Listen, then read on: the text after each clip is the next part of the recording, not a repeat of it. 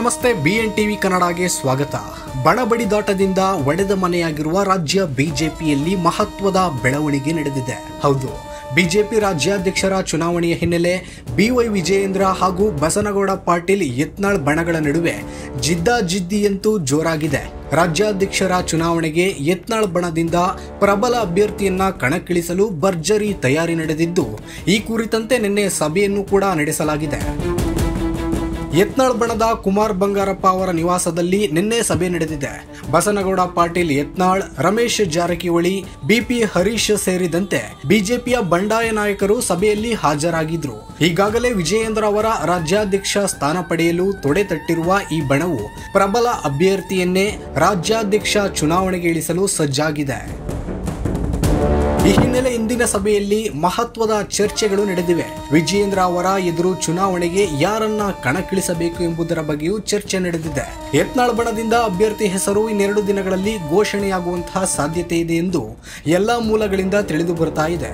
ಇದಕ್ಕೂ ಮುನ್ನ ಯತ್ನಾಳ್ ಬಣ ದೆಹಲಿಗೆ ತೆರಳಿ ಹೈಕಮಾಂಡ್ ನಾಯಕರನ್ನ ಭೇಟಿಯಾಗಲು ನಿರ್ಧರಿಸಿದ್ದಾರೆ. ಇಂದು ಅಥವಾ ನಾಳೆ ಯತ್ನಾಳ್ ಬಣದ ರೆಬಲ್ಸ್ ಎಲ್ಲರೂ ದೆಹಲಿಗೆ ಹಾರಲಿದ್ದು, ಹೈಕಮಾಂಡ್ ನಾಯಕರೊಂದಿಗೆ ಒಂದು ಸುತ್ತಿನ ಮಾತುಕತೆ ನಡೆಸಲು ನಿರ್ಧರಿಸಿದ್ದಾರೆ. ದೆಹಲಿಯಲ್ಲೇ ರಾಜ್ಯಾಧ್ಯಕ್ಷ ಸ್ಥಾನಕ್ಕೆ ನಿರ್ಧರಿಸುವ ಅಭ್ಯರ್ಥಿ ಹೆಸರನ್ನ ಘೋಷಿಸುವುದಾಗಿಯೂ ಬಸನಗೌಡ ಪಾಟೀಲ್ ಯತ್ನಾಳ್ ಹೇಳಿದ್ದಾರೆ.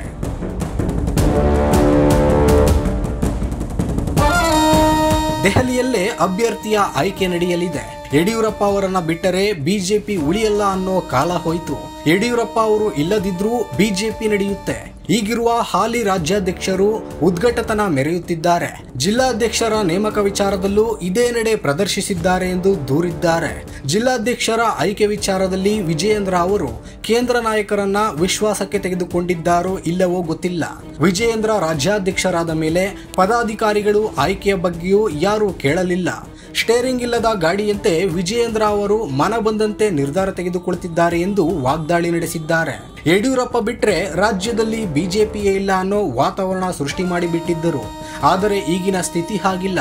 ಯಡಿಯೂರಪ್ಪ ಅವರ ಕುಟುಂಬ ಇಲ್ಲದಿದ್ರೂ ಕೂಡ ರಾಜ್ಯದಲ್ಲಿ ಬಿಜೆಪಿಯನ್ನ ಕಟ್ಟಿ ಬೆಳೆಸುವ ಶಕ್ತಿ ನಮಗಿದೆ ಎಂದು ಬಸನಗೌಡ ಪಾಟೀಲ್ ಯತ್ನಾಳ್ ಅವರು BSY ಕುಟುಂಬದ ವಿರುದ್ಧ ತೊಡೆತಟ್ಟಿದ್ದಾರೆ.